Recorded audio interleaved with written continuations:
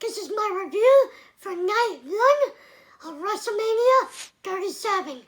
All in all, I thought it was a pretty good show. It was better than I expected, and that's a good thing. As DDP would say, it's not a bad thing, it's a good thing. But the show just ended. That main event was awesome. It went a little longer than it should have because the rain delay, it was raining, thundering, so they got delayed by about 40 minutes. But they were doing commentary, they had interviews in the back by some of the stars, and unscripted promos were good. I think Kevin Owens had one, you had Bianca, you had Drew, Bobby. I hope Vince was watching and he knows that everything does not need to be overly scripted, because these unscripted promos were good. Titus and Hulk Hogan came out to open the show, and this was a waste of time. This whole host of WrestleMania, it's a waste of time. They did not need to do this. I like Titus. I tweeted this out. I love Titus, but this was annoying. It was just annoying. A waste of time. But to get into the show, we had the WWE title open the show. Bobby Lashley versus Drew McIntyre. All in all, I thought this was a pretty good match. It got a little slow, but it was pretty good. Like I said, it was a slow start. Both men were testing their strength, pushing each other back and forth. They got a couple of headlocks in. Drew clotheslined Bobby to the outside. I think he pushed Bobby into the steel steps. Then they got back into the ring. Lashley went for like a spear into the post, but he hit his arm into the post because Drew ducked. Drew worked on the arm a little bit. Drew gave him a couple of overhead Germans. They looked pretty nice. Bobby hit the Dominator for a 2 count. That was a pretty good spot. And he went for the hurt lock, but Drew reversed it. Put him into the apron and gave him like the reverse Alabama slam that Drew does. Then eventually he hit 3. I didn't like this. It looked good, but I don't know. He hit 3 future shock DDTs on Bobby, and Bobby kicked out. I didn't like that. So Bobby rolled outside. He was talking to MVP. Drew hit this fantastic looking outside dive. Knocked out Bobby and MVP. They got back into the ring. Drew put on a Kimura lock on Bobby because of his arm, but Bobby powered out. Drew eventually went for the Claymore kick. This was dumb. He went for the Claymore kick, and MVP screamed, "Bobby!" And Drew just got distracted, and he stopped. And Bobby hit him, put him in the hurt lock, and Drew gave up. That was kind of odd that he would get distracted by that. But like I said, it was a pretty good match. Nothing ending. I didn't hate it. You know, it was pretty good. Next was an added match. It was a tag team turmoil match. And the winner faces Nia Jax and Shayna, I believe, for the SmackDown Women's titles tomorrow night on night 2. So, Naomi and Lana and Carmella and Billie Kay started off. Why did they break up the Iconics and put Billie Kay with Carmella, and Peyton Royce isn't even on the show? I don't get it. This was basically all makeshift teams, aside from like 2 teams. I know Naomi and Lana have been partnering for a while, so I'll give them a pass. But we had Carmella and Billie Kay. I wrote down Naomi did some moves, Lana missed her kick, and Billie Kay rolled up Naomi. I don't know. And then the second team out was the Riot Squad. They double teamed Liv Morgan for a little bit. What's her face? Billie Kay tried to do the roll up again, but it didn't work. Liv hit the double knees, and Ruby hit the senton and eliminated Billie and Carmella. And then the next team out was Mandy Rose and Dana Brooke, another makeshift tag team. It made no sense to me. And Mandy, I believe it is Mandy, she fell on the way out to the ring. There was a lot of falls tonight. Mandy fell, AJ Styles fell, the bunny from the Miz's entrance fell. We'll get into that. A lot of falls. So Mandy and Dana get into the ring. Mandy hits a big boot. Dana hits the blockbuster on, I think, Liv Morgan. Dana hit a swanton, but Liv rolled through and rolled her up in like a crucifix. She kicked out. Oh, she didn't kick out. Liv rolled her up. My bad. Liv rolled her up in the crucifix. The next ones out was Natty and Tamina Snuka. They took control. Riot Squad hit the knee and the senton combination again for a kick out, 2 count. Natty and Tamina hit the heart attack. Natty was going for the, the sharpshooter, but she said, you know what, Tamina, you could take this one. Tamina went up for the Snuka splash and got the 3. This match, I really can't say much. The Riot Squad had a good outing, you call it, but I can't really say much about this. It is nothing special. Now the less special was the next match. Cesaro and Seth Rollins. They had a really good match.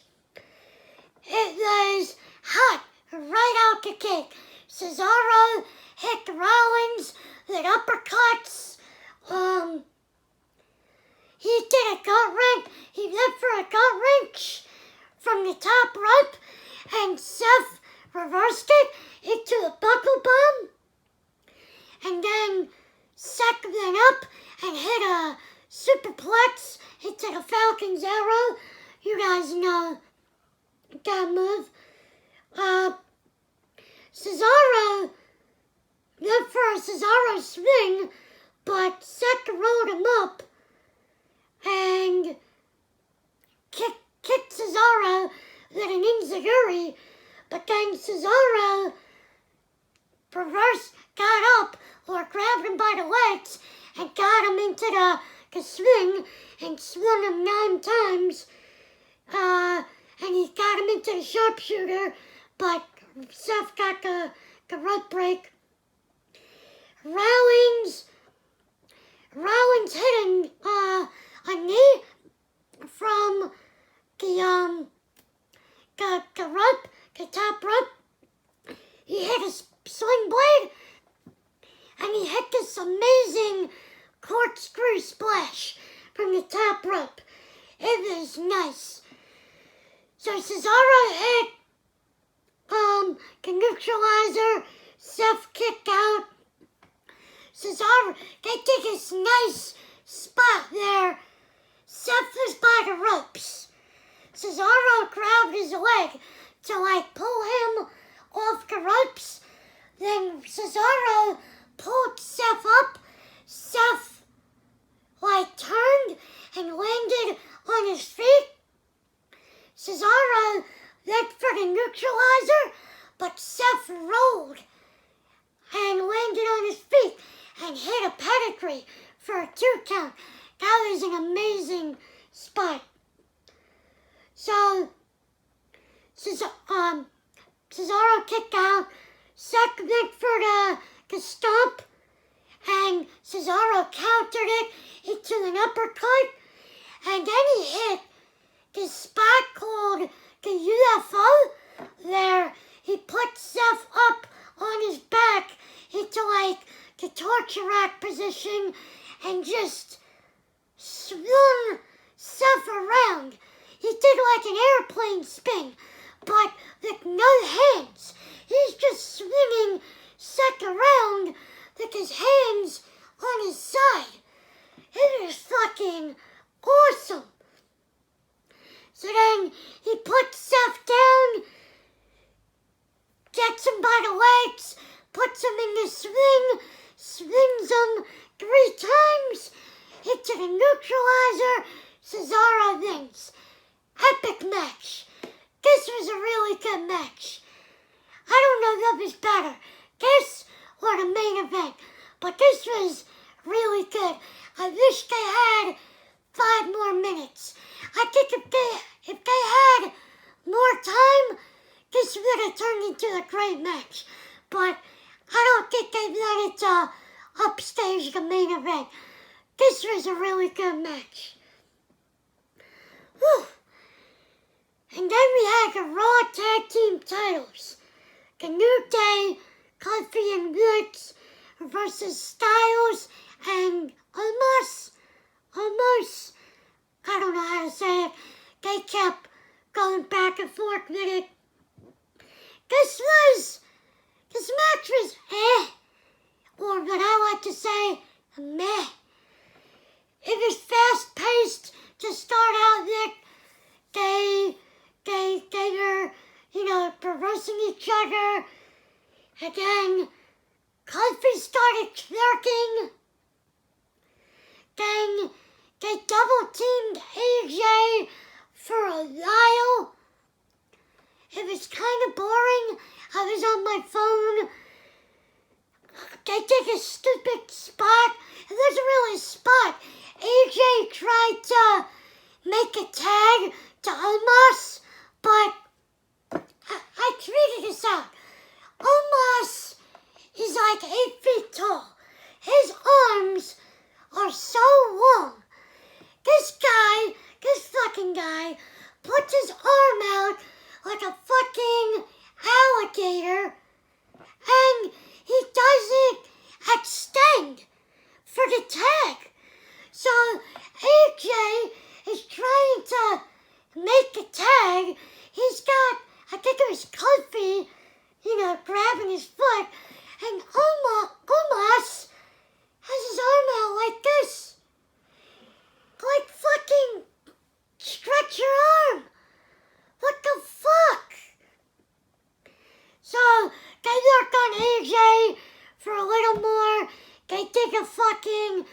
unicorn stomp. This was, I don't know, they worked on AJ for too long. So finally, Omos gets the tag. Xavier tried to hit drop kicks, didn't faze him. Kofi tried to come off the top. Omos grabbed him, shoved him into the turnbuckle. Omos hit backbreakers on the New Day, and he's fucking 8 feet tall, so that must hurt. Imagine taking a backbreaker from that beast. But anyway, AJ eventually hit the phenomenal forearm. I think it was on Kofi. He hit it off of Omos. And then Omos just he did like a lifting kind of slam.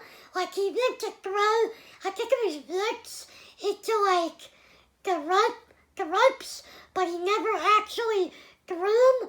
He held onto his arm, and then when Blitz came back, he did like a lifting choke kind of slam.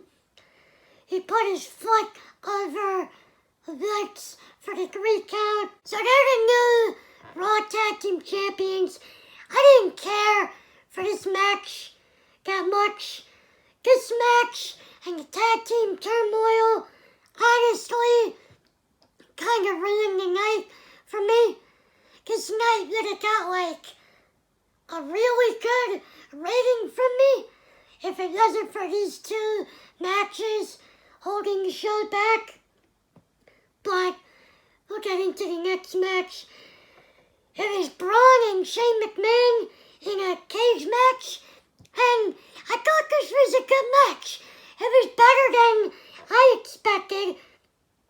Braun came out, and Elias and Jackson Riker came from behind the steel chairs and smashed Braun's legs with the steel chairs.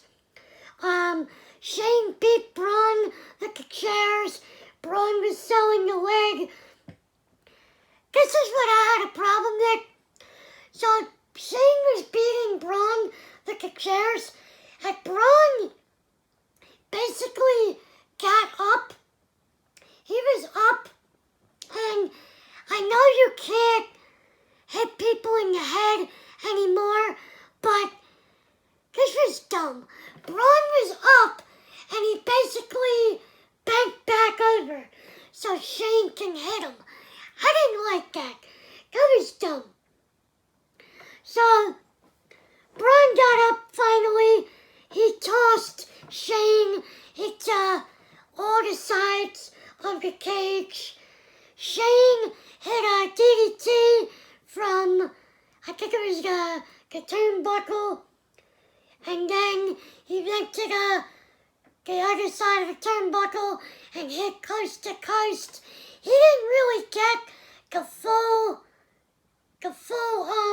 the maximum distance because Braun kinda got up a little bit, and he wasn't all the way in the turnbuckle. So Shane didn't get, from coast to coast. But it's whatever.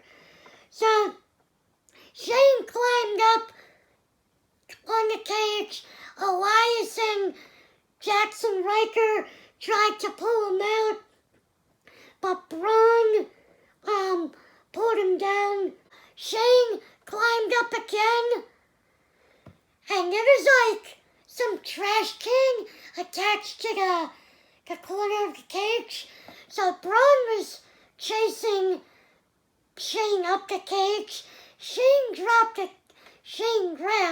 a toolbox out of the can that was hanging on the corner of the cage. He hit Braun with the toolbox. Braun went down. Shane went to climb out of the cage, and he's teasing Braun, taking his time. He's saying bye-bye, all this stuff. So now Shane is on the other side of the the cage below, climbing down. Braun is in the ring. Braun grabs Shane's hand, pulls it through the hole of the cage, and starts to rip the cage wall out. He pulls Shane through the cage wall, puts him up on top of the cage. So Shane is seated on top of the cage. Braun goes up to the cage. He picks Shane up and flips Shane 20 feet off the cage. It was a crazy bump. Braun climbed down. He picked Shane up, hit him with the running power slam, and pinned him 1, 2, 3. It was a good match. It was entertaining. You know, it wasn't the best Shane match, but it was good. I didn't have a problem with it. What I did have a problem was with all the wasted time from the end of the cage match to the start of the next match. It took like 35 minutes to get to the next match. And mind you, this pay-per-view started 40 minutes late. You think they could have cut down on this a little bit. But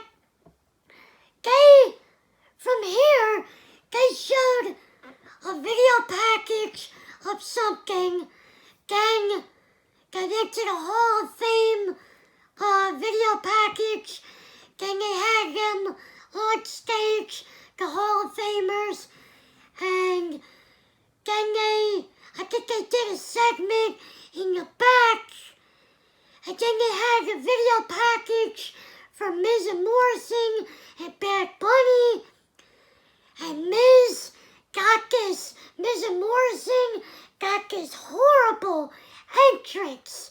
The bunnies, they came out, and Miz and Morrison came out singing their new song, the Bunny Hop. It was horrible. It was horrible. Bad Bunny came out on this truck that I think he got it from 90. What was it? Not 90. It was it 2002? WrestleMania 18. Then Hogan smashed into the Rock's ambulance. He took the truck from that, and he came out on it. But finally, this match got started, and I thought it was pretty good. For what it was, I thought it was good. Bad Bunny looked amazing. He looked good. Probably the best in-ring celebrity, debut, performance. Bad Bunny was good. He did punches on Miz. He gave him an arm drag, a drop toe hold. He gave him a Hurricane Rana. There he spun around. Bad Bunny was good. And then the Miz and Morrison worked on Bad Bunny for a little too long, but it was fine. I lost my spot. It was fine. So, they worked on Bad Bunny. Bad Bunny hit a top rope DDT. He finally tagged in Damian Priest. Priest hit the choke slam. I think it was on Morrison. Bad Bunny came in. They hit double Falcon Arrow pins. was a good spot. Bad Bunny hit a dive to the outside. He did, first Damian Priest dove, and then Bad Bunny hit a diving splash to the outside. Miz got back in the ring. Priest went for his finish, the crossroads kind of finish, but Miz turned it into the skull-crushing finale. He got a 2 count. Bad Bunny hit a Canadian destroyer on John Morrison on the outside. That was awesome. Everybody was just shocked. The Miz was shocked. Priest was shocked. And then Damian Priest picked the Miz up and he put him on his shoulders. And Bad Bunny hit a crossbody off the top rope and pinned the Miz. 1, 2, 3. So it was a pretty good match. Like I said, the best celebrity performance, I would say, from that I can remember, Bad Bunny did good. And then we had a SmackDown Women's title. Sasha Banks versus Bianca Belair in the main event. This match, I was watching this match, I was thinking, this is pretty good, but it's missing something. And I'll get to that, but this was a really good match. So it started off fast. They were both reversing each other's moves. They knew each other good. Sasha Banks tossed Bianca onto the outside. Sasha went for a beautiful dive to the outside, but Bianca rolled through and caught Sasha, picked her up and pressed her up and walked with her up the steps and pressed her over the ropes into the ring. It was awesome. Sasha grabbed Bianca's hair and gave her first she kicked her a couple of times, and then she gave her this big knee to the head. Sasha gave her the double knees, though she went for the double knees into the ropes, but Bianca countered into the slam. Sasha rolled to the outside, so they're both on the outside now. She grabbed Bianca's hair and tried to pull her into the post, but Bianca overpowered her and pulled Sasha into the post. They got back into the ring. Bianca hit a standing shooting star. She went up for the 450 splash, but Sasha got the knees up. Sasha hit tornado DDT from the apron. Then she wrapped Bianca up in her hair, in her braid, and gave her the bank statement. Bianca powered out. Bianca went up for the 450, and Sasha kicked out. So then Bianca went for the KOD, her finish. Sasha got off her back. Bianca took her hair and fucking whipped Sasha with that braid.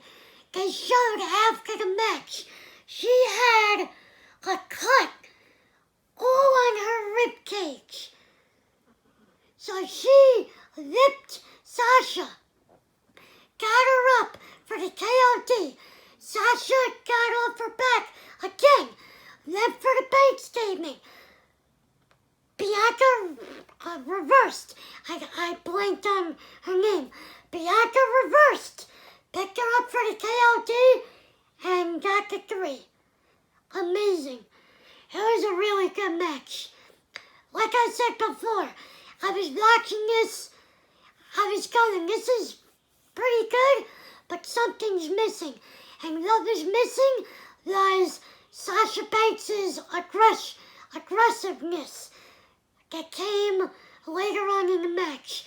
She took Bianca by the hair, she did all this, she pushed her into the steps, she was doing all this aggressive moves. And that's what really turned the match around. Well, not turned it around, but kicked it up a step. So yeah, man, this was a really good match. Second Cesaro was really good. You had Bad Bunny, who had a pretty good performance. Braun and Shane had a good cage match. Like I said, the only thing that ruined the night kinda for me was the tag team turmoil and the Raw tag team title match and the wasting of the time. But you can't really help that. The show started late. They had to do the Hall of Fame. So all in all, I thought this was a pretty good night one. I don't know if I should say really good or pretty good. It's in the middle of really and pretty, but I don't know. Maybe awesome is the word. But let me know what you guys thought of the show. Let me know who you had match of the night. For me, it was a tie between the main event and second Cesaro. I think if they got 5 more minutes, second Cesaro would have had a great match. But I can't lie, they cut it kind of short. But let me know what you guys thought of the show. If you watched the show, if you didn't, leave a like. If you like my review, subscribe. If you're new, turn on your post notifications so you know when I upload. I'll be back tomorrow for night 2 of WrestleMania. And have a nice day, guys. Peace.